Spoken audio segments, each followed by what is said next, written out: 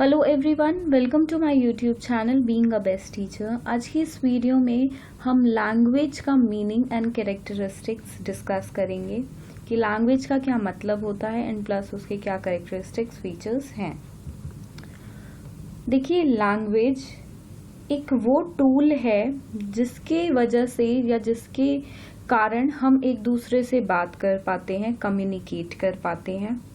अगर लैंग्वेज नहीं होगी तो ये सब पॉसिबल नहीं है। मैं अपने विचारों को दूसरे तक पहुंचा नहीं सकती हूँ। तो एक लैंग्वेज ही ऐसा साधन है, एक ऐसा सिस्टम है जिसके जरिए मैं अपनी बातें औरों तक पहुंचा सकती हूँ। सेम औरों के लिए है कि और लोग मुझे भी अपनी बात कन्वे कर सकते हैं, समझा सकते हैं। तो इसीलिए a language is a system of communication with others. It is a branch of study which helps people in sharing verbal information with each other. Even verbal ही नहीं, नॉन वर्बल भी लिख कर बताएं, चाहे हम उसको बोलें या कैसे भी एक तरह से लैंग्वेज को हम देख लें। तो हर चीज़, चाहे वो कोई भी हमें बातचीत करनी है, अपने विचार दूसरों तक प्रकट करने हैं, कुछ बात बोलनी है, तो उसके लिए एक साधन होता है, एक मीन्स होता है, एक टूल होता है। वो टूल है, वो साधन है लैंग्वेज। अब लैंग्वेज बहुत टाइप्स की होती हैं। देखिए, आप डिफरेंट कंट्रीज को देखेंगे तो डिफरेंट लैंग्वेजेस बोली जाती है। इवन इन इंडिया अलग अलग स्टेट्स में अलग अलग लैंग्वेज बोली जाती है, जिसके through people communicate with each other. लोग अपनी बात एक दूसरे के सामने रखते हैं, आपस में बातचीत करते हैं, कम्युनिकेट करते हैं। In other words, language helps the people in sharing their ideas with each other. बिल्कुल सही बात है। हम अपने आइडियाज, जो भी हमारे दिमाग में चलता है, हमारी फीलिंग्स, वो तभी औरों को बता सकते हैं तब हमें कोई लैंग्वेज पर्टिकुलरली आती है। देखिए, कोई एक छोटा बच्चा भी होता है तो वो ऑटोमेटिकली अपनी मदर टंग सीख लेता है, जो भी भाषा उसके घर में बोली जाती है। तो एक ये स्वाभाविक प्रोसेस भी है कि बच्चा जैसे जैसे बड़ा होता है अपने आप ही जो भी लैंग्वेज उसकी सराउंडिंग्स में बोली जाती है उसको एडॉप्ट कर लेता है।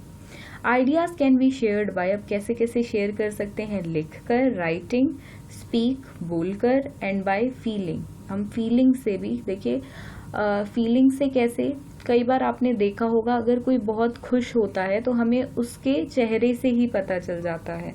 तो हम कैसे उसको एक्ट करवाते हैं, एक तरह से बेसिकली हम पूछते हैं कि हाँ आप खुश क्यों हो, आप उदास क्यों हो, रो क्यों रहे हो। तो इस तरह से हम लोगों की फीलिंग्स भी जान पाते हैं। प्लस देखिए, जो लोग देख नहीं पाते वो ब्रेल लैंग्वेज का यूज करते हैं। जो लोग सुन नहीं पाते वो लोग एक्शंस का या साइन या सिंबल लैंग्वेजेस का यूज करते हैं।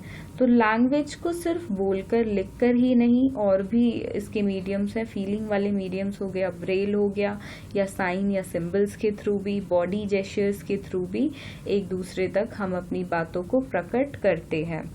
A language is used by a group of people, so thousands of languages are spoken in the world. As we have discussed कि अलग अलग देशों में, अलग अलग states में, even in India, different languages का use होता है।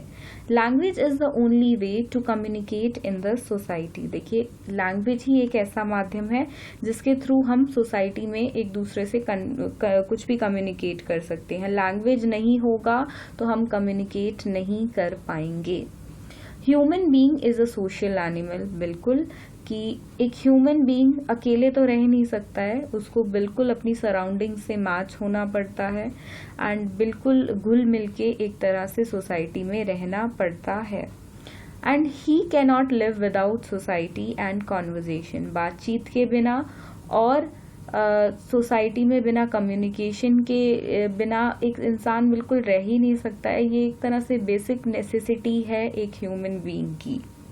Language always in social environment. देखिए, लैंग्वेज हमेशा एक सोशल एनवायरनमेंट में प्रेजेंट होती है। डिफरेंट लैंग्वेजेस डिफरेंट एरियाज में बिल्कुल पाई जाती हैं। So the effect communication there must be relationship are very complicated. अब देखिए, डिफरेंट टाइप्स की लैंग्वेज हैं, डिफरेंट एरियाज में डिफरेंट टाइप्स की लैंग्वेजेस बोली जाती हैं। उनके अलग अलग राइटिंग स्टाइल्स होते हैं, अलग अलग इफेक्ट्स होते हैं, अलग अलग तरह से कम्युनिकेशन होता है। तो वी नो हर लैंग्वेज की एक अपना ही पर्सनल बोल सकते हैं, कॉम्प्लिकेटेड वे है, एक डिफरेंट स्टाइल होता है. For example, we know how to use a bad language with friends and how to use formal language with officers. We know that how to understand the language of a leader during election time and how to interpret the meaning of abbreviation used in an email. For all these, we should have the knowledge of language. In addition, we must have the knowledge of social and cultural power that affect the language. देखिए, एक इंसान को बिल्कुल पता होता है कि कब कहाँ कौन सी लैंग्वेज यूज़ करनी है. अगर मैं अपना ही एग्जाम्पल दूँ तो मुझे पता है कि मैं जब कॉलेज जाऊँगी तो वहाँ मुझे स्टूडेंट्स के सामने कैसी लैंग्वेज यूज़ करनी है, प्लस जब मैं अपने फ्रेंड्स के साथ हूँ मुझे कैसी लैंग्वेज यूज़ करनी है, मैं अपने घर पे हूँ तो मुझे कैसी लैंग्वेज यूज़ करनी है. तो different types of languages set होती हैं कि कहाँ पे कौन से बैड वर्ड्स का यूज़ कर सकते हैं, कहाँ पे गुड वर्ड्स का फॉर्मल ही लैंग्वेज यूज़ करनी है. जैसे हम प्रोफेशनल लाइफ में हमेशा फॉर्मल लैंग्वेज का यूज़ करते हैं एंड फ्रेंड्स के साथ हम फ्रैंक हो जाते हैं, हम कोई भी वर्ड्स यूज़ कर सकते हैं. तो ये एक एग्जाम्पल है कि कैसे कौन सी लैंग्वेज कब कहाँ यूज़ करनी चाहिए.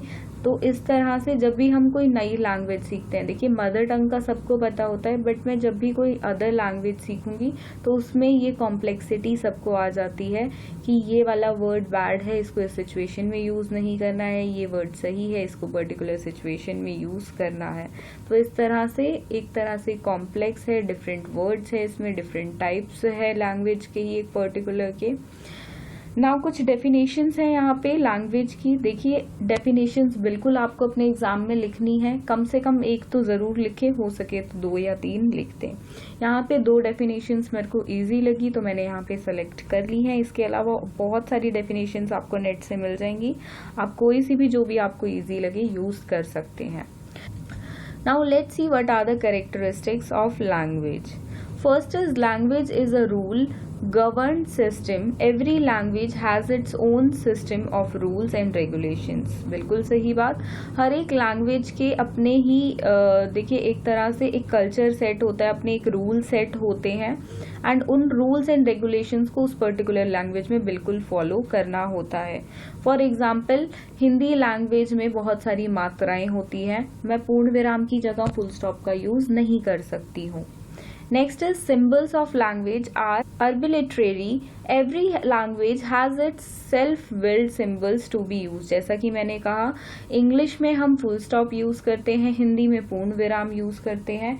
ऐसे ही डिफरेंट लैंग्वेजेस में डिफरेंट सिम्बल्स होते हैं जो अपने ही उस लैंग्वेज में बनाए होते हैं, सेल्फ विल्ड होते हैं.